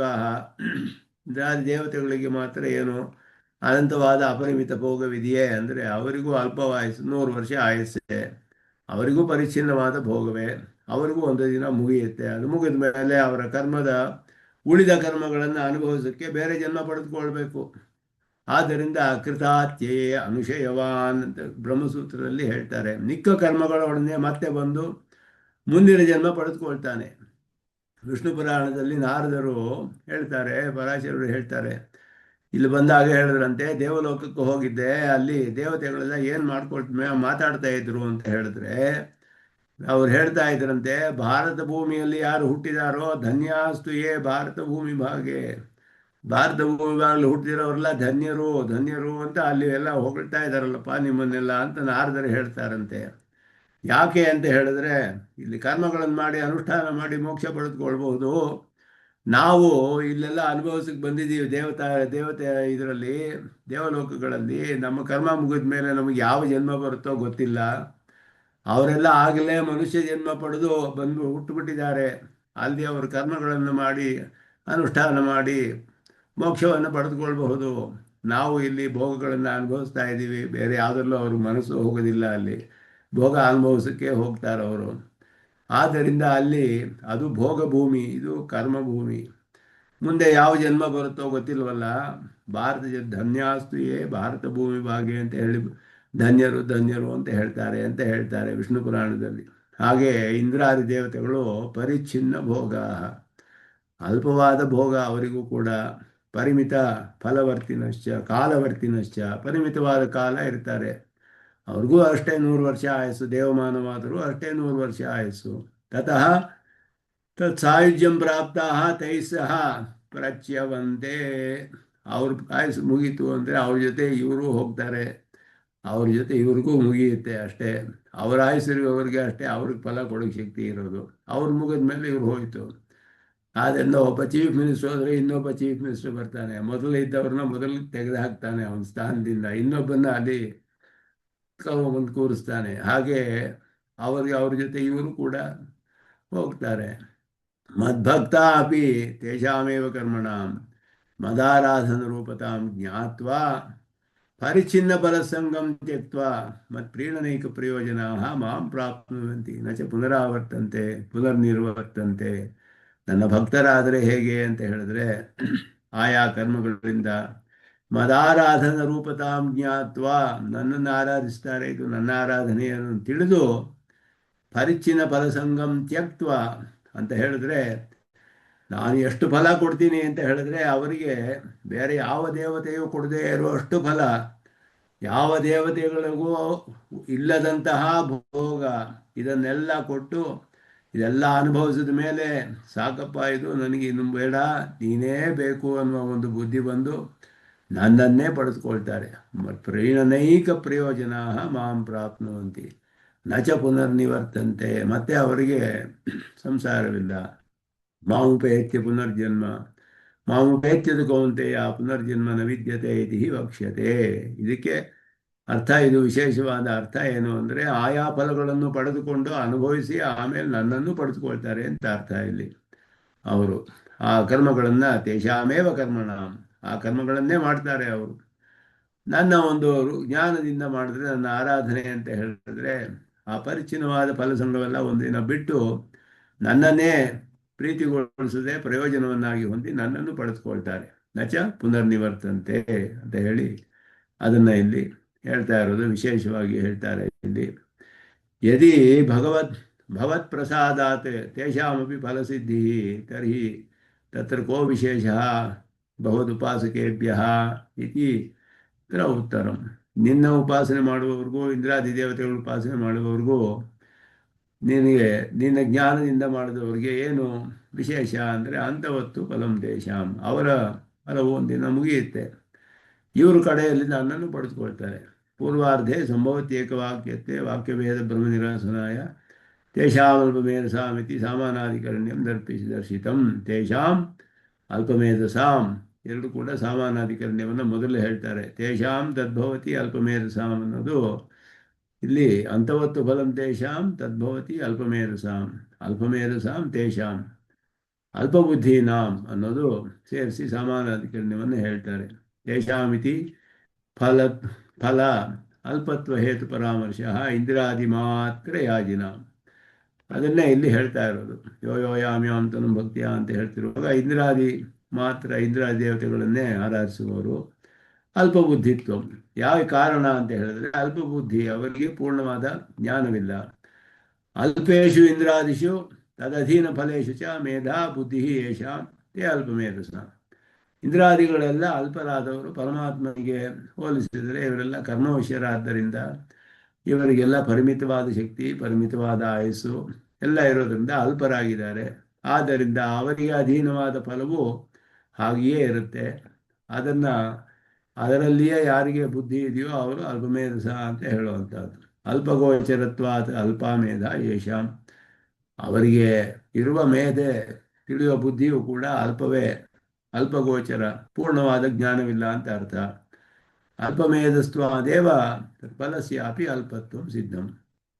ಅವರ ಜ್ಞಾನವು ಪರಿಪೂರ್ಣವಾಗಿಲ್ಲದೆ ಇರೋದ್ರಿಂದ ಜ್ಞಾನವು ಇಂದ್ರಾದಿ ದೇವತೆಗಳಲ್ಲಿಯೇ ನಿಂತು ಬಿಡ್ತು. ಅಂತರಾತ್ಮೆಯಾದ ಪರಮಾತ್ಮ ಅನ್ನೋದಿಂದ ತಿಳಿಯಲಿಲ್ಲ ಅವರು. ಆದ್ದರಿಂದ ಅವರ ಜ್ಞಾನವು ಅಲ್ಪವಾಯಿತು, ಪೂರ್ಣವಾದ ಜ್ಞಾನವಿಲ್ಲ ಅವರಿಗೆ. ಆದ್ದರಿಂದ ಅವರಿಗೆ ಫಲವೂ ಕೂಡ ಅಲ್ಪವಾಗುತ್ತೆ. ಅಲ್ಪಂ ಅಂತವಚ್ಚ ಭವತಿ. ಅಲ್ಪವಾದದ್ದು ಒಂದು ಹಂತವನ್ನು ಹೊಂದಿರುವುದು ಎರಡೂ ಆಗುತ್ತೆ.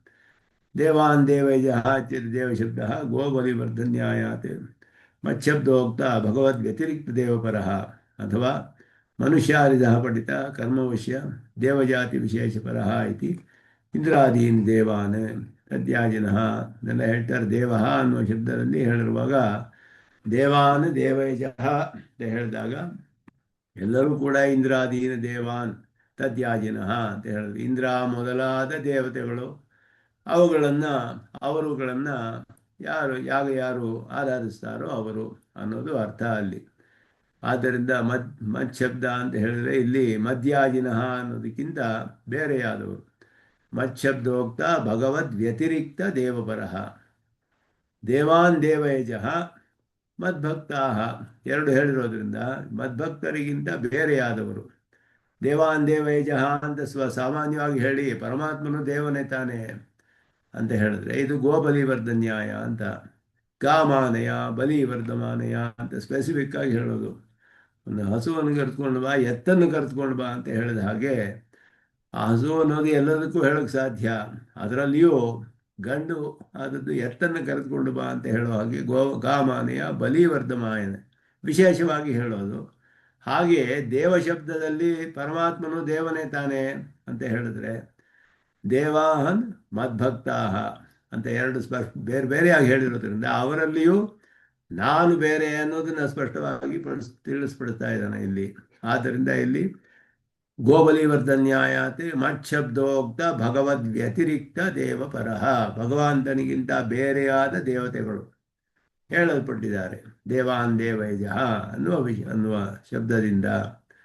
ಆದ್ದರಿಂದ ಇಲ್ಲಿ ಕರ್ಮವಶ್ಯ ದೇವಯಾದಿ ವಿಶೇಷಪರಃ, ಮನುಷ್ಯ ಮೊದಲಾದವರನ್ನೇ ಹೇಳಲ್ಪಟ್ಟ ಕರ್ಮವಶ್ಯರೇ ಅವರು ಕೂಡ ದೇವತೆಗಳು.